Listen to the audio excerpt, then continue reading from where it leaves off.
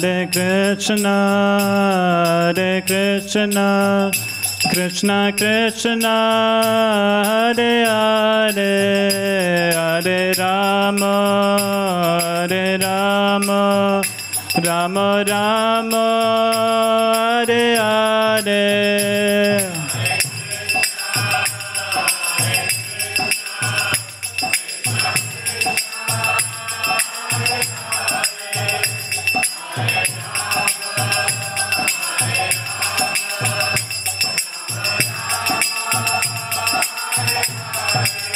Hare Krishna, Hare Krishna, Krishna Krishna, Hare Hare, Hare Rama, Hare Rama, Rama Rama, Hare Hare.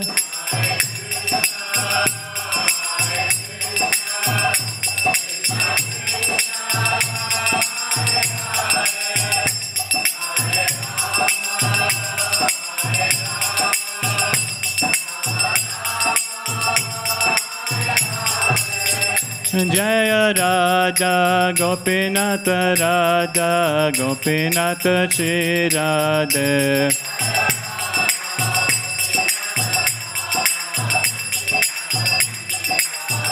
Jaya Jagannatha Jaya Jagannatha Jaya Baladeva Jaya Subhadrama.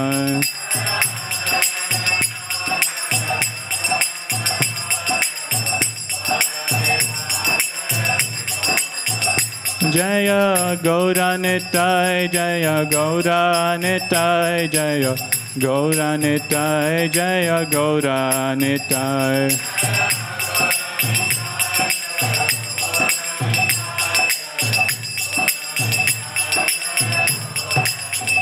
Jaya Jaya Prabhupada Prabhupada Prabhupada Jaya Jaya Prabhupada.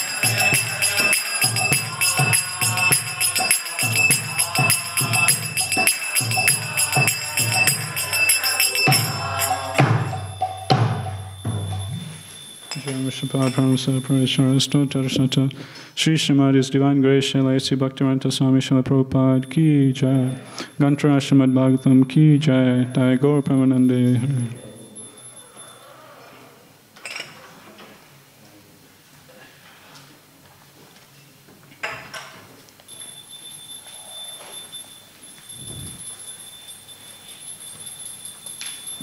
Om Namo Bhagavate Vasudevaya. Om Namo Bhagavate Vasudevaya. Om Namo Bhagavate Vasudevaya.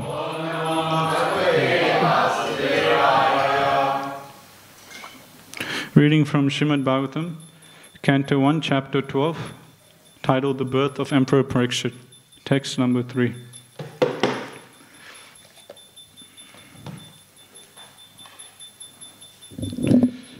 Tadidam shrotumichamo. Tadidam shrotumichamo. Gaditum yadimanyase. Gaditum yadimanyase. Bruhina shradadhananam. Bruhina shradadhananam. Yasya jnanam adachukaha. Yasya jnanam adachukaha. Tadidam shrotumichamo. Gaditum yadimanyase. Bruhina shradadhananam. Yasya jnanam adachukaha tadidam shrotum ichchamo gaditum yadi manyase bruhina shradadhananam yasya jnanam adachukaha.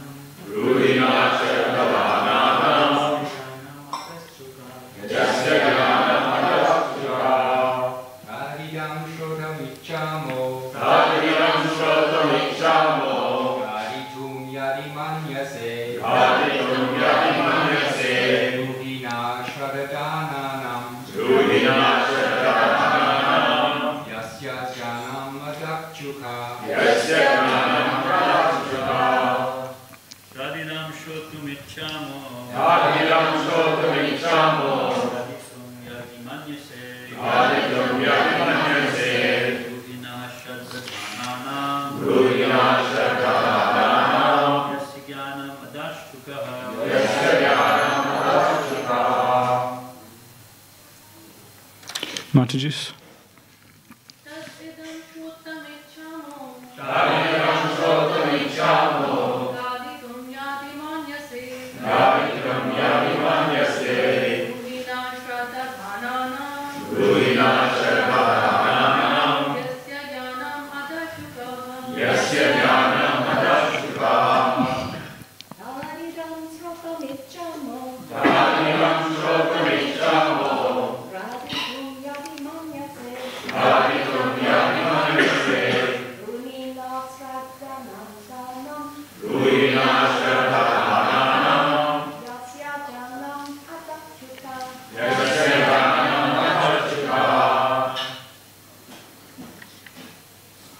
Word for word translation.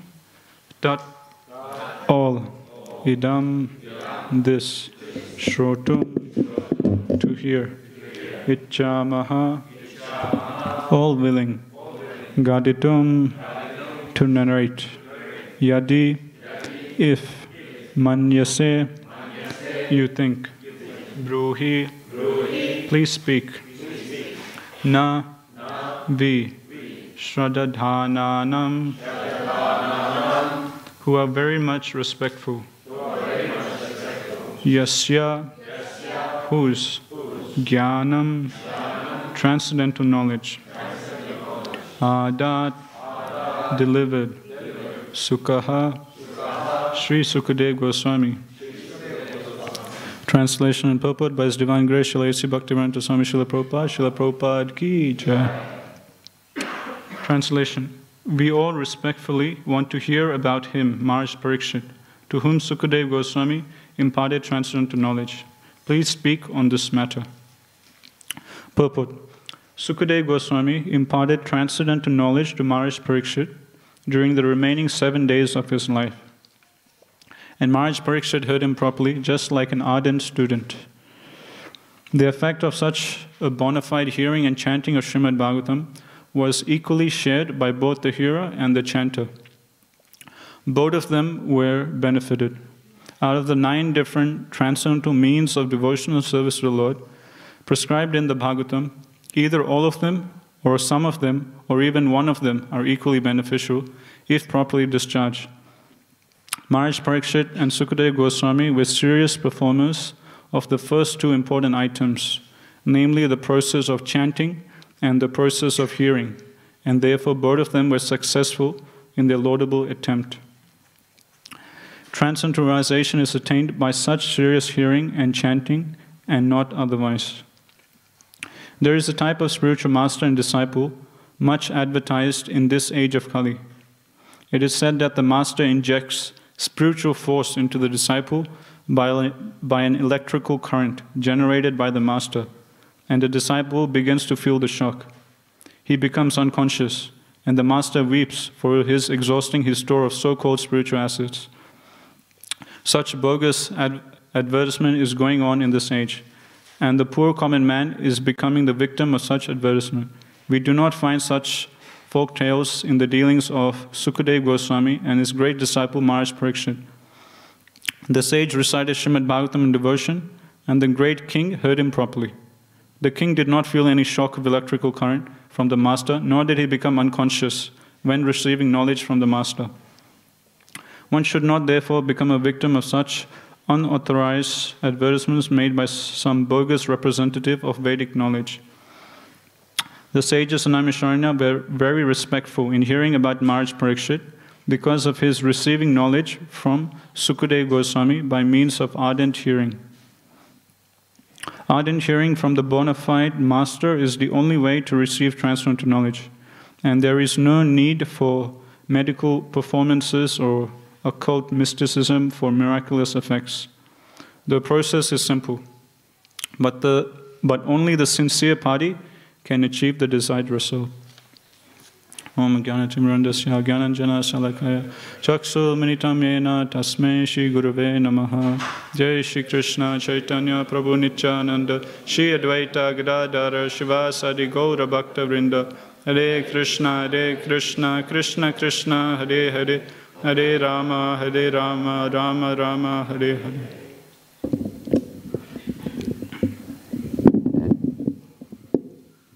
Hare Krishna, everyone. Thank you for coming to Srimad Bhagavatam class today. So we just recently started a new chapter, the birth of Emperor Parikshit. So the previous chapter was Krishna's entrance into Dwarka. So the question is, how did we go suddenly from Dwarka to the birth of Emperor Parikshit? So in the first text of this chapter, the sage Sonaka Rishi, he puts forward a question to Sutta Goswami. The Sonaka Rishi is like the representative sage of all the sages assembled in Naimisharanya.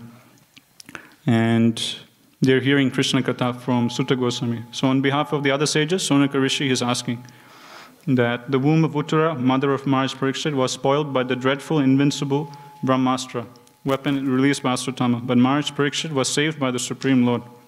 How was the great Emperor Parikshit, who was highly intelligent and great devotee, born in that womb? And how did his death take place? And what did he achieve after his death?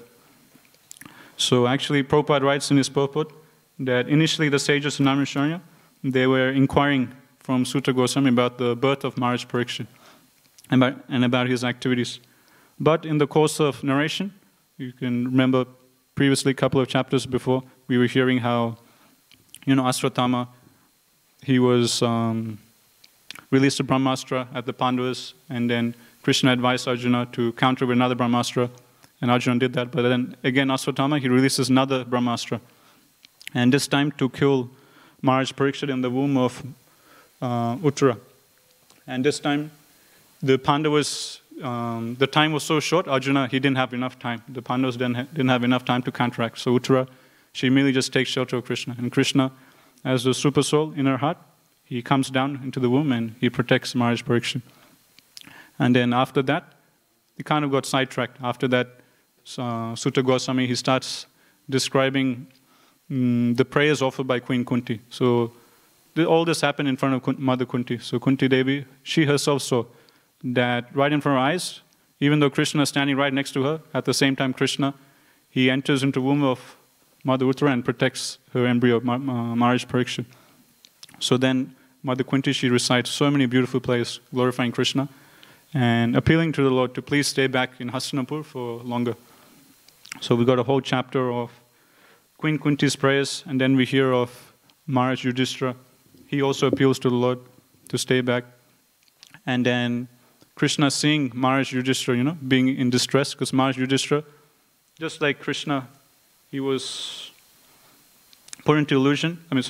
Arjuna was put into illusion in the Bhagavad Gita. So in the same way, even though Maharaj Yudhishthira is a pure devotee, he was thinking that, I did a great sinful act by killing, because of me, so many millions and millions of soldiers we did. And so many different sages, saints, even Vyasadeva himself, Narad Muni, everyone tried to console Maharaj Yudhishthira by explaining, no, what you did was pure devotional service, you didn't do anything wrong. Still, no one could convince. Even Krishna, he himself couldn't convince Maharaj Yudhishthira. And all this was set up to glorify his pure devotee, Bhishma Dev. So Krishna arranged the situation, so Bhishma Dev will be able to console Maharaj Yudhishthira, and this way Bhishma Dev will be glorified. That look, even Vyasadeva couldn't convince, even Krishna, he himself couldn't convince, but here we have, this amazing devotee Bhishma Dev is able to convince Maharaj Yudhishthira. So then we've got another whole chapter of the passing away of Bhishma Dev. And then after that, last chapter, we discussed about Krishna's entrance into Dwarka. So after the passing away of Bhishma Dev, Krishna, he stayed back in Hastinapur for a few more months, and then finally he departed. So there's a description of Krishna departing Hastinapur. And then previous chapter, we got a very nice, beautiful description of Krishna entering into Dwarka. So one time Prabhupada said that first canto, you have everything. Whatever there's need to be known is there in first canto. Just kind of like second chapter of Bhagavad Gita. It's Prabhupada titles as contents of the Gita summarized, which means all the topics that Krishna will talk about, in the whole Gita, bits and pieces will be all summarized in the second chapter of Bhagavad Gita. So in the same way, we can see the first canto in the same way. And the previous chapter gives us a glimpse, if you just read the previous chapter, 12th chapter, Krishna's entrance to Dwarka on itself, it's kind of like an excerpt from 10th canto. Because 10th canto is all about Krishna's pastimes. Krishna's pastimes in Vrindavan, Krishna's pastimes in Mathura, Krishna's pastimes in Dwarka. So in the previous chapter, it's just like a chapter taken from 10th canto. We get descriptions of devotees in Dwarka, how they're relating Krishna, how they're serving Krishna. We get descriptions of the queens of Dwarka, the ecstasy they're feeling, the love and devotion they have for Krishna, and how Krishna reciprocates with them. So in this way, we see how first canto actually contains everything. So that's why Prabhupada one time he said that we should seriously study first canto of Bhagavatam. If someone can just, fully, study first canto, he can preach anyway. First canto contains everything. So now after discussing all this, now again the sages Naimisharana, they want to go back to the original topic of Maharaj Parikshit. So again they're asking, previously we were hearing about Maharaj Parikshit. Can you please tell us more about his activities, his glories? So recently I was reading one purport, 10th canto, Prabhupada's writing, that not only are the pastimes and the glories of the Lord important, but the glories and pastimes of the devotees, they're important also. And in the next line, Prabhupada writes, in fact, the glories and pastimes of the devotees of the Lord, they're even more important than Krishna's activities and pastimes. And Prabhupada, he backs it up in the next line by quoting a verse from Narottam Das Thakur. Chadiya Vaishnavasya Nishtara Payachakeba. In this verse, Narottam Das Thakur, he's asking kind of like a rhetorical question, He's asking the audience, who has gone back to Godhead without serving a Vaishnava? In the history of the universe, all those jivas who have gone back to Godhead, all of them have served at least one particular Vaishnava. All of them have at least taken shelter of one devotee. In the whole history of the universe, there's never been an instance where a jiva has got out of the material world and gone back to the spiritual world without taking shelter of devotees. So this is what Narottam Das Thakur declares. So that's why Prabhupada writes in one purport in 10th canto that the glories and pastimes of the Lord, they're even more important than Krishna's glories. And we sing this every day in the morning also. Yasya prasada bhagavad prasada, yasya prasada nagati kutopi. And that only by the blessings and the mercy of the spiritual master can one get the blessings of Krishna. Without the blessings of the devotees of the Lord, one cannot make any spiritual advancement. So this inquiry about the pastimes, activities of Parikshit is definitely so much beneficial for us. That's why the sages Naimisharana are asking. And Prabhupada writes, actually there's no difference between Krishna's pastimes and the pastimes of Krishna's devotees. They're both Krishna Katha. So narrations about Krishna's activities, that's Krishna Katha. And narrations about devotees' lives, devotees' pastimes, their devotional, that's also Krishna Katha. So next question is, how can that be also be counted as Krishna Katha? Prabhupada, he gives very simple logic to help us understand. Prabhupada says, Krishna and his devotees, they're always together. They're never separate. Wherever there's Krishna, there's devotees next to Krishna. And wherever there's devotees, Krishna is there with them. So both of them, they're together. They're one unit. So that's why whenever there's pastimes of Krishna, naturally devotees, you get pastimes of devotees also. And whenever there's pastimes about devotees' life, naturally you hear about Krishna. So in this way, talks about Krishna's devotees is Krishna Katha, and talks about Krishna himself is also Krishna Katha. So this pastime Maharaj Parikshit is very instructive for us. And yesterday, Gokulesh Prabhu, he was giving a nice overview of Maharaj Pariksit and his glorious, display of Vaishnava quality of tolerance. How only because of his tolerance, because of his pure devotionalism, we were able to receive Srimad Bhagavatam. Now, in today's verse, first thing Prabhupada is saying is that Sukadeva Goswami, he's speaking, imparting transcendental knowledge, and Maharaj Pariksit, he is hearing. And Prabhupada is saying, actually both of them, they shared equal benefit. So the reciter of Bhagavatam and the hearer of Bhagavatam, both of them, they share the equal benefit. And Prabhupada goes on to explain how out of the 9 different types of devotional service, either all of them, some of them, or even one of them are equally beneficial if done properly. So Krishna is so merciful, he doesn't say, usually when we do exams in high school, university, we're supposed to at least pass all the different papers, all the different subjects. If you even fail one unit, then, fail, you can't pass. But Krishna, he doesn't say we have to perfect all 9 personal devotional service. And not even some of them. Krishna says, if you just perfect one, that's enough.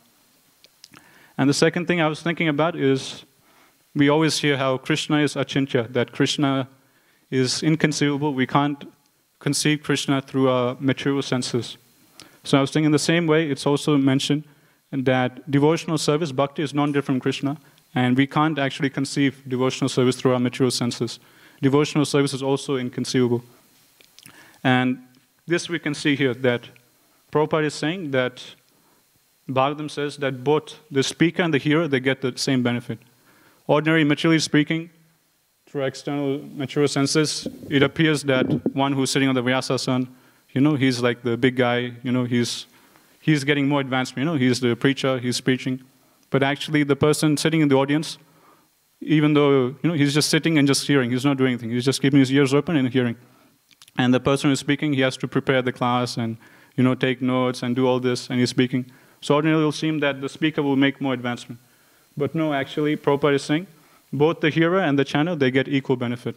That's what Prabhupada is mentioning here. Another thing we can see is, Prabhupada also mentions in one purport of Bhagavatam, that actually Maharaj Pariksit and Sukadeva Goswami, they're all on the equal level of spiritual advancement. It's not that Sukadeva Goswami is more advanced. That's what we think externally. It seems that, Sukadeva Goswami is more spiritual advanced. He's the Paramahamsa. Yesterday we were hearing from Gokulesh Prabhu, the glories of Sukadeva Goswami. As soon as he came out of the room, he just left home and just went to the forest. He didn't even look to see the face of his own father or mother. Even that curiosity wasn't there. He just left and just went straight. His father's calling, son, Sukadeva, Sukadeva, please stop. He didn't even turn back once. He was so detached, and he went. And while walking through, there were some Madhijis bathing without clothes in the water, and they didn't cover themselves when Sukadeva Goswami passed. But when Vyasadeva came, they covered themselves. And Vyasadeva was asking, how come, when my 16-year-old son, who's naked, was walking past, you didn't do anything, but when I'm coming, I'm like your grandfather, you're covering yourselves. Why is this? So the Maharajas explained that actually for your son, he's such an elevated soul, he doesn't see the difference between man and woman. He's completely Paramahamsa. So this was, some of the glories of Sukadeva Goswami. And he was so transcendental, people were thinking he's just some madman, roaming around naked. So different children and ladies, they would throw stones, spit at him, urinate him, and do so many terrible things. But he was just completely aloof. So he was so detached, he was completely aloof from this material world. And here he is, sitting on the Vyasasana, speaking to Maharaj Pariksit, and in the assembly, there's great personalities like Vyasadeva. In the assembly, there's Narad Muni. All the great sages, rishis, great kings, emperors from the universe, they're all hearing from Sukadeva Goswami. And he's the one sitting on the Vyasasana. But Prabhupada says that the person who's hearing, Maharaj Pariksit, is just as advanced as Sukadeva Goswami. So just like Krishna is inconceivable, similarly, devotional service is inconceivable. And similarly, the activities or devotees themselves, the service they do is also inconceivable. We can't see devotees through the material senses. That's one of the injunctions of the Shastras, that one shouldn't judge a devotee through his own material senses. One should see the service he's doing. So externally, it seems that Sukadeva Goswami, he's more advanced. He's a sannyasi, Paramahamsa. And what about Maharaj Parikshit? He's a great king. He has a wife. He has, so much wealth, opulence, so many different relatives. And one would think, he's just like a worldly king. He has so many attachments. He has a wife. He has so many material possessions, so much wealth. How is it that he's equally advanced as Sukadeva Goswami? So this is the inconceivable nature of bhakti. No matter what one's material position is, Krishna just sees the bhakti. So one can do this in any form of life. Doesn't matter if it's sannyasi, brahmachari, vanaprastha, grahastha. If one wholeheartedly serves Krishna, then everyone's considered on an equal level. So I'm giving this example to highlight the, how inconceivable bhakti is. We can't perceive. Just like when His Holiness Bhanu Maharaj, he was here, he was saying that when we just come in front of the deities and we just look at the deities, we just stare at them, that's actually devotional service. So then again, it's confusing for us, When the word devotional service enters into our ears, we think, okay, cleaning the temple, cooking, doing something practical, with our hands, legs, giving class, preaching. But he said, no, just coming into the temple and just looking at the deities, that's also devotional service. So again, the next one, how is that just looking at Krishna devotional service? How is Krishna deriving any benefit? So he was explaining, when we look at Shri Shri Radha Gopinath, we don't just look, but when we look, we think, how beautiful they are. Gopinath is dressed so beautiful today, he's looking so beautiful, how beautiful his turban. So when we're looking, we're appreciating Krishna's, Radha Gopinath's beauty. And that thought process in our mind, where we're appreciating Krishna's beauty, Krishna takes that as devotional service. And by that, we make advancement. So in that way, His Holiness Bhanu Maharaj was explaining that just coming into a temple and just looking at the deities, that's actually devotional service. We get purified and we make spiritual advancement. So in the same way, you can take eating prasad, it's mentioned, devotees say that we don't eat prasad, we honor prasad. And it's called prasad sevaya. We're actually serving Krishna by honoring his prasad. Again, same thing. If we try and analyze through our material senses, mundane person will ask, how is eating, this food devotional service? So because it's Krishna's remnants, and we honor it in that mood, okay, Krishna has actually eaten this, and we honor in that mood, Krishna takes that as devotional service. So in this way, no matter what service there is, we should see them all, on an equal level. That's what Prabhupada is mentioning. We shouldn't analyze the different forms of devotional service, thinking this one is higher, this one is lower. But actually, all of them we should sincerely practice. I was externally speaking, we will think, chanting or giving class, that's a higher form of devotional service. I need to get on the vyasa and speak. And just sitting in class, that's lower devotional service. But no, Prabhupada says, both the speaker and the hearer of Bhagavatam, they advance equally. They get equal spiritual advancement. So no matter what service we get, we should do that in that mood that we get equal benefit for everything. And from this we can see the inconceivable nature of bhakti, just like Krishna is inconceivable, similarly bhakti is inconceivable. And next thing Prabhupada is saying is, okay, I'll just read this section again. There is a type of spiritual master and disciple much advertised in this age of Kali. It is said that the master injects spiritual force into a disciple by an electrical current generated by the master, and the disciple begins to feel the shock. He becomes unconscious, and the master weeps for his exhausting his store of so-called spiritual assets. So Prabhupada is giving an example of a bogus guru and disciple. So this is very common nowadays in society. And Prabhupada is giving this example how there's a particular bogus guru, and supposedly, he has, a storage of, so much spiritual assets, and he imparts his spiritual, his divya gyan, his spiritual potency to one of his disciples. And the way he imparts is through like electrical current. And then by electrical current, the spiritual energy of the guru gets imparted into the student. And then the disciple feels the electric shock of the spiritual energy. And then the disciple faints unconscious. And then the guru starts lamenting, oh no, all my spiritual assets, all my spiritual potency, energy, it's all gone. I don't have it anymore. So this is one example Prabhupada is giving of bogus gurus and disciples. So Prabhupada is saying we shouldn't get attracted by this. We should hear from proper source, just like the sages. They are inquiring from Sutta Goswami because Sutta Goswami has heard properly from his spiritual master, Sukadeva Goswami. So when I was reading this example of, bogus guru, I got reminded of two different parts of Bhagavatam in connection with this. One was 5th canto in regard to the forest material enjoyment, and the second one is a section from Krishna book where the description of the autumn season is given. So first we'll discuss from 5th canto. So in the 5th canto, Sukadeva Goswami, he gives a very amazing allegory of the forest of material enjoyment. And it's kind of like an analogy explaining the jivas, the soul's entrance into the material world and how he tries to enjoy and how much he suffers in this material world. So it's mentioned that one time there was a merchant, and being allured by the prospect of making profit, he enters a forest thinking, I'll get some different objects in the forest, I'll acquire, and then I'll go back to my city and sell it at a higher price, and this way make profit.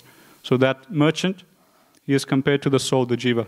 He leaves the spiritual world and comes here into the forest of material world to be the enjoyer, to enjoy separately from Krishna. And he thinks by coming here, he will enjoy nicely, be the boss, be the king, be God, and this will enjoy.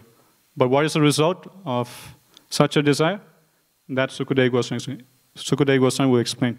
He says, as soon as this merchant enters the forest of material enjoyment, immediately from different sides, he gets plundered by 6 different thieves. And these 6 plunderers, they're the 6 senses.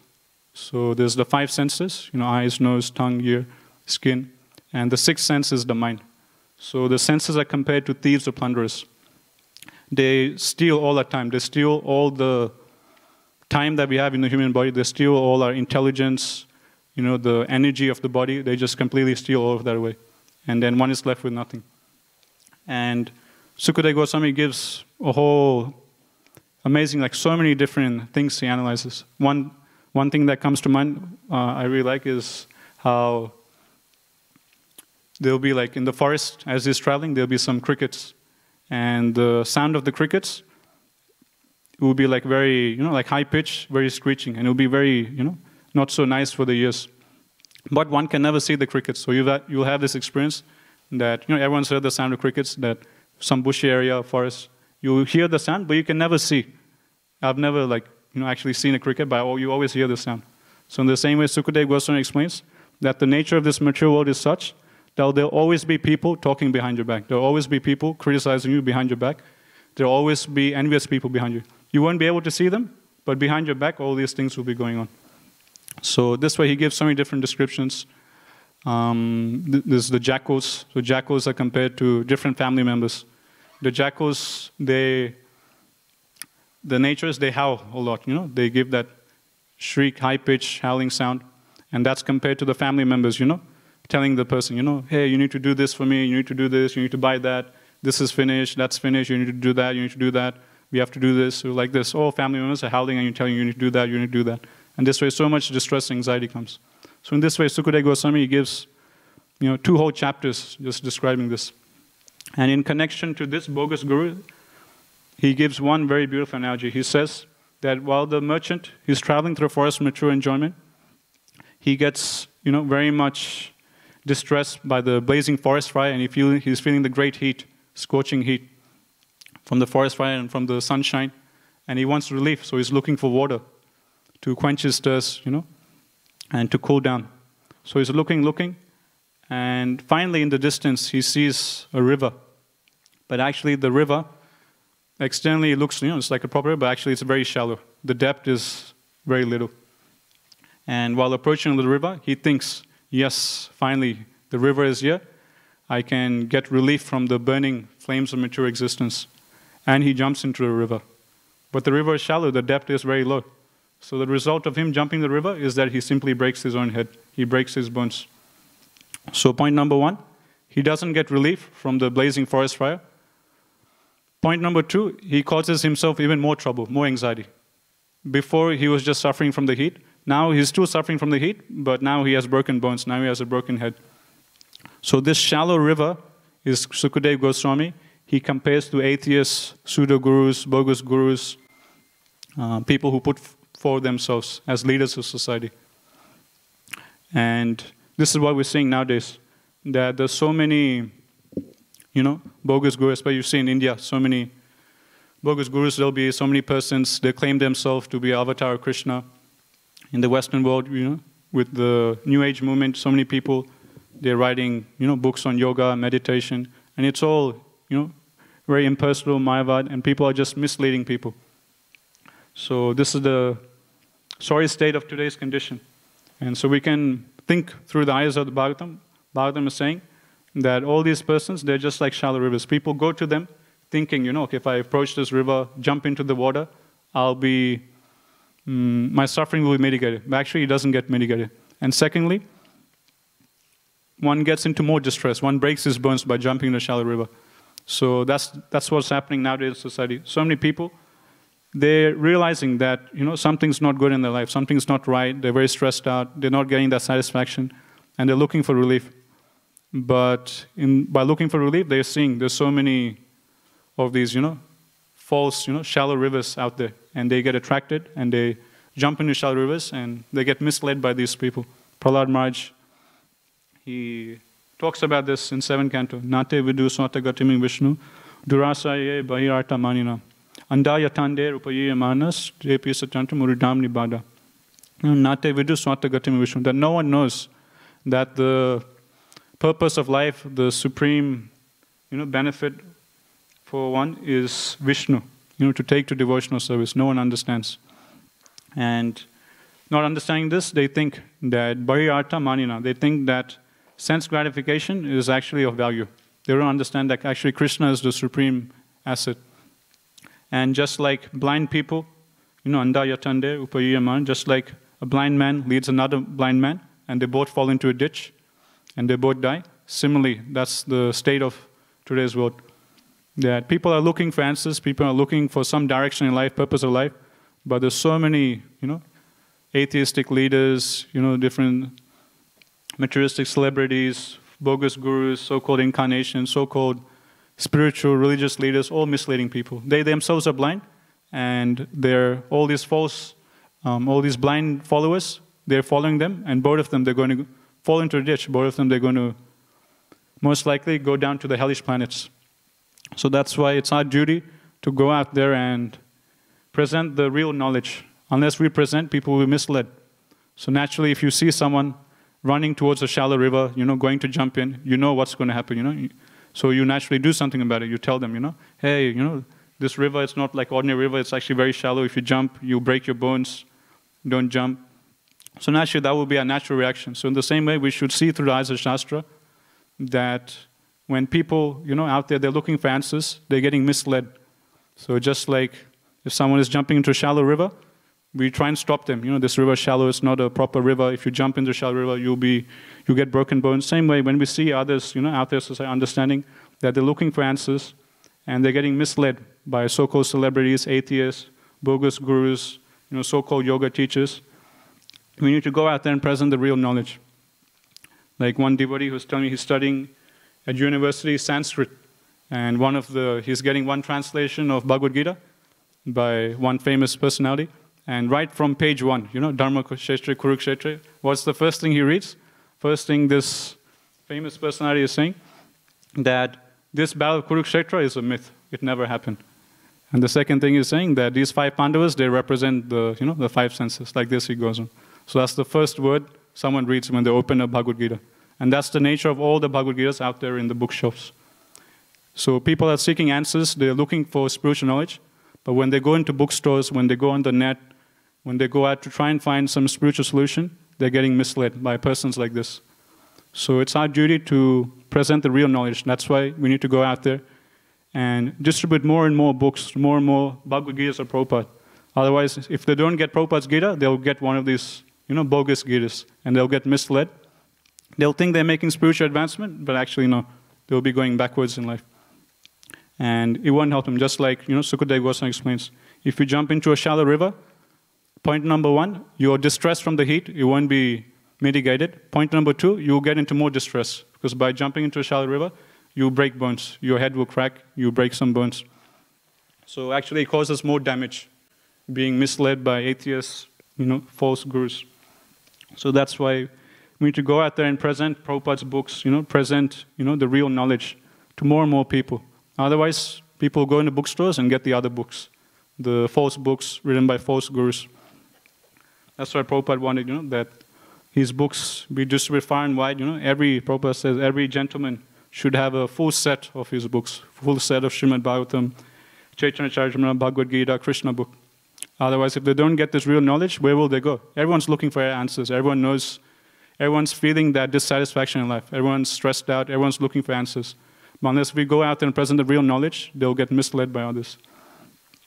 And the second thing that came to my mind when I read this section was one nice analogy given in Krishna book in the chapter Autumn Season. So this chapter is chapter number 20, the description of autumn. So this is one of my favorite chapters of Krishna book. I'll just read this section from Krishna book. Prabhupada says here, during the rainy season in the evening, there are many glowworms visible about the tops of trees, hither and thither, and they glitter just like lights. But the luminaries of the sky, the stars and the moon, are not visible. Similarly, in the age of Kali, persons who are atheists or miscreants become very prominently visible, whereas persons who are actually following the Vedic principles for spiritual emancipation are practically obscured. This age, Kali Yuga, is compared to the cloudy season of the living entities. In this age, real knowledge is covered by the influence of material advancement of civilization. The cheap mental speculators, atheists, manufacturers of so-called religious principles become prominent like glowworms, whereas persons strictly following the Vedic principles of spiritual injunctions become covered by the cloud of this age. So, in this analogy, it's explained how during the rainy season, what happens, the clouds, they cover the night sky, and one can't see the light of the moon, and one can't see the stars, because the clouds are covering the entire sky. So at this time, during the rainy season, the light of the glowworms, they become very prominent. But actually, what is the light of glowworms in comparison to the light of moon? What is the light of the glowworms in comparison to the stars? It's nothing. It's so insignificant and not much value. But this is what's happening nowadays in society. Prabhupada is saying, just like this happens during rainy season, same way, during this dark age of Kali, where everything is covered, by the dark clouds of the age of Kali Yuga, these atheists, so-called gurus, bogus gurus, celebrities, materialists, they have now attained great prominence, just like the glowworms. Just like glowworms, suddenly they become very bright during the rainy season. Similarly, all these materialists, atheists, bogus gurus, so-called yoga teachers, now they're getting great prominence. So this is the sorry state of today. But later on in this chapter, in this section, Prabhupada explains, but it is seen sometimes, suddenly there will be a small opening in the clouds. And when there's a small opening in the clouds, one can suddenly perceive the light of the moon and the stars. And when one sees the light of the moon and the stars, then one's attention goes from the glowworms to them. And one thinks, wow, such a beautiful moon, such beautiful stars. So Prabhupada says, compares this to the Sankirtan movement. So although this is the dark age of Kali, when devotees go out and do Sankirtan, that's like an opening in the clouds. That's Krishna coming in. So usually the cloud of Maya, the cloud of Kali Yuga, will be so dense, people, they just can't come out of their bubble. They just think, this is the goal of life. They can't understand, that Vishnu is the supreme goal of life. And for them, all these big celebrities, sports players, these atheists, scientists, they're the real persons to follow. But I'll read this line. It's very nice what Prabhupada says. Actually, the glowworms cannot give any light in the darkness of night, as clouds sometimes clear, even in the rainy season, and sometimes the moon, stars, and sun become visible. So even in this Kali Yuga, there are sometimes advantages. For example, sometimes Lord Chaitanya's Vedic movement of distributing the chanting of the Hare Krishna mantra is heard. People seriously eager to find real light should take advantage of this movement instead of looking toward the light of mental speculators and atheists. So that's why it's so important that we go out and do Sankirtan on the streets, either by Harinam or just reading books. Because every time we go out on Sankirtan, it's like the opening of the clouds. We're giving people a small opening to see Krishna, to see Chaitanya Mahaprabhu, to see the message of the real devotees, to see Shukadeva Goswami, Parikshit Maharaj, Narad Muni. Otherwise, unless we go out, how will people know about this? They will just be completely absorbed in the propaganda put forward by atheistic people, materialists, celebrities, all these persons misleading them. And like Prahlad Maharaj says, Anda Yatande Upayir Mara, that as a blind man leads another blind man and both of them fall into the ditch, both of them die. So I mean, that's the story condition in today's society. Blind leaders are being followed by blind people in general, and most likely all of them, they're heading straight down to the hellish planets. So that's why we need to go out there and do more outreach, present people with the real knowledge of Bhagavatam. And the last thing Prabhupada says, today's purport. The sages in Namisharna were very respectful in hearing about Maharaj Parikshit because of his receiving knowledge from Sukadeva Goswami by means of ardent hearing. Ardent hearing from the bona fide master is the only way to receive transcendental knowledge, and there is no need for medical performances or occult mysticism for miraculous effects. The process is simple, but only the sincere party can achieve the desired results. Okay, so Prabhupada, in the last section, Prabhupada, he's stressing on ardent hearing. So the word ardent hearing here is it's put into, it's highlighted. So I looked at the meaning of ardent.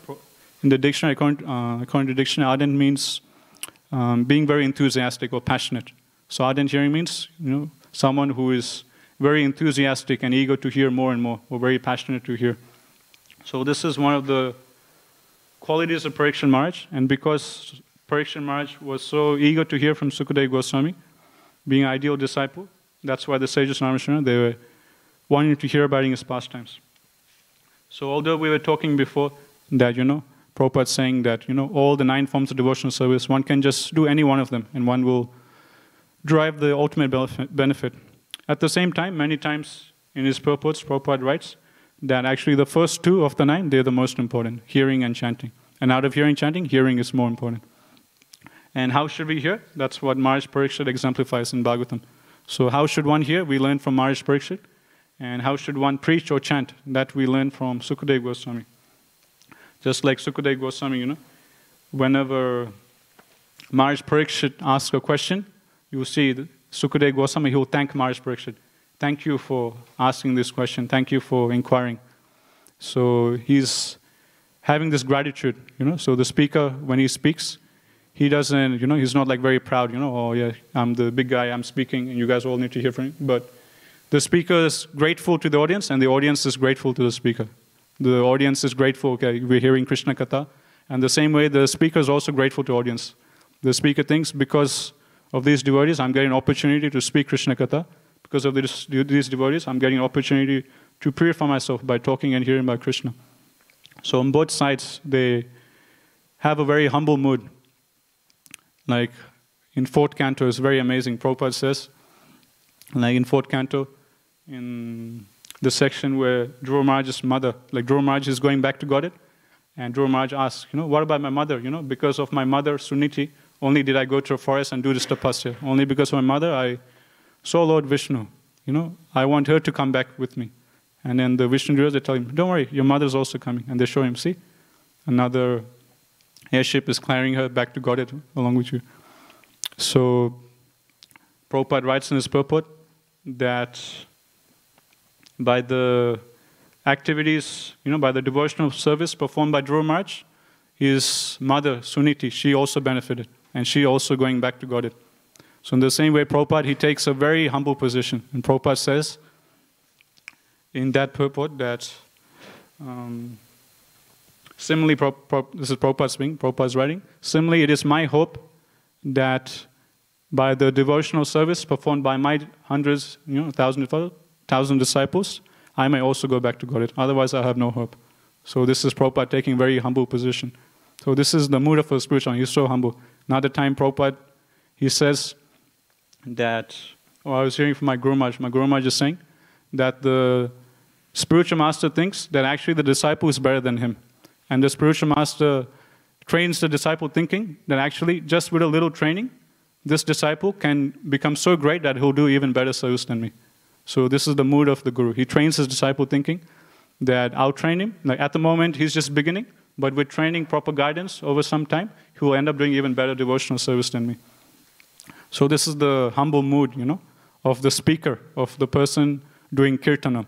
So that we learn from Sukadeva Goswami, that we learn from, Srila Prabhupada.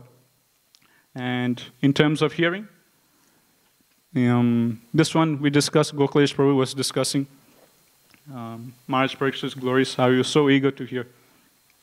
Like recently I was reading 10th canto, Maharaj Parikshit, he's trying to,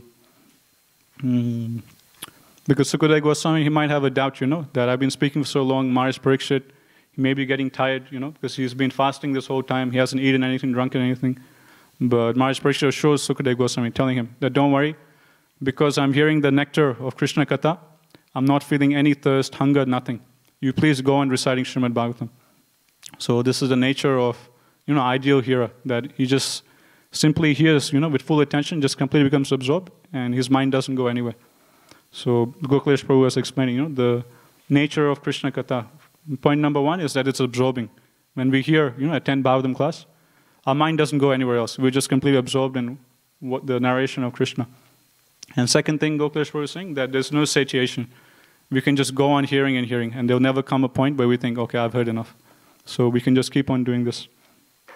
And one more point, I was hearing from my Guru Maharaj, he was saying that not only Bhagavatam is just a series of questions and answers. One person asking a question, another devotee is answering a question. And my Guru Maharaj was saying that the questions that are asked by devotees in Bhagavatam, they're just as important as the answers given in Bhagavatam. Because from the questions that different devotees ask, we get an idea of what we should inquire about. What should be our mood? What should be in our mind? What should we think about? Because we can ask so many different questions. But what should we actually inquire about? That we learn from these questions. Just like, my favorite is 5th canto, end of 5th canto.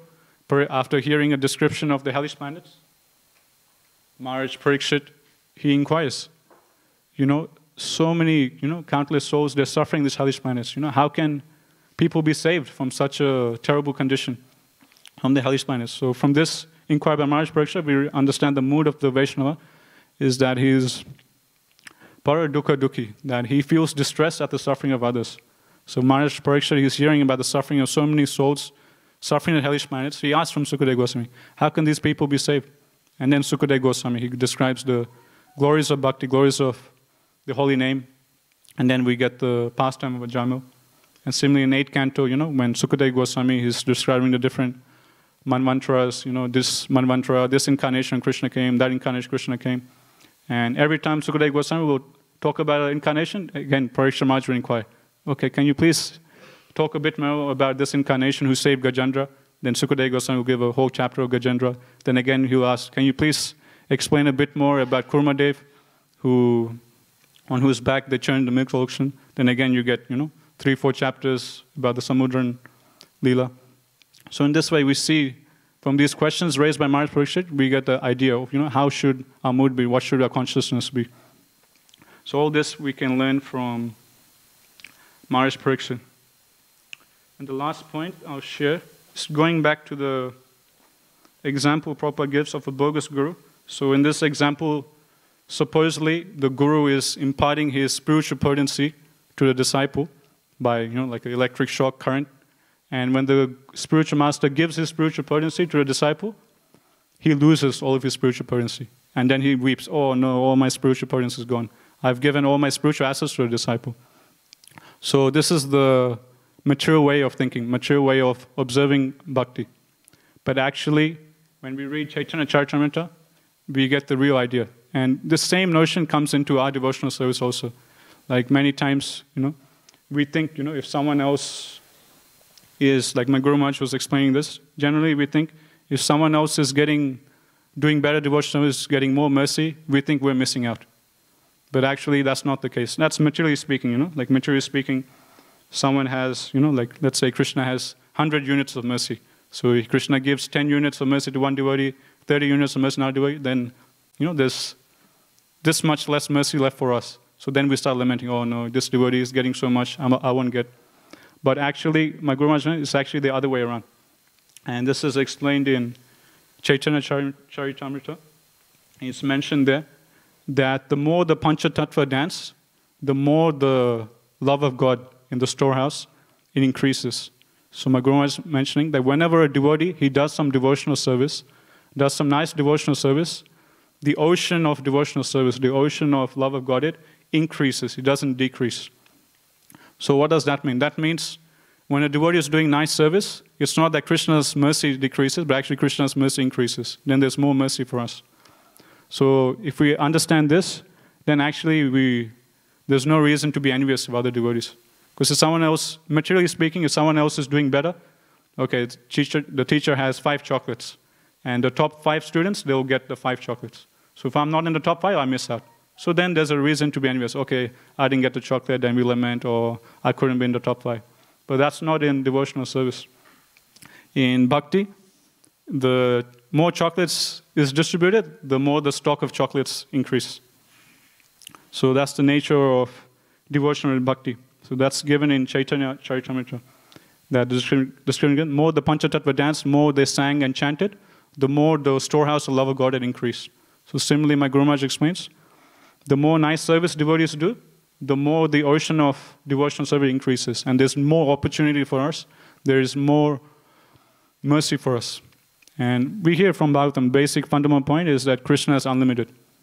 So Krishna's mercy is unlimited. So it's not that when Krishna gives mercy to another devotee, it's that there'll be less mercy for us. No, it's not like that. And the same thing we see with a devotee or a jiva giving Krishna to others. According to this bogus guru, he's given his transcendental knowledge to his disciple and he's lost all his transcendental knowledge. But that's not the case. It's actually the other way around. The more Krishna one gives to others, the more Krishna one gets for himself. So that's the nature of devotional service. So the more the spiritual master or devotee, he shares the knowledge with others. It's not that his knowledge will decrease, but actually he'll get more knowledge. Krishna, being pleased with him, he will bestow with him more spiritual credits. Okay, we'll stop here. Thank you very much. Granthara Srimad Bhagavatam ki jai, Jaguru Srila Prabhupada ki jai, and Tagore Premanande.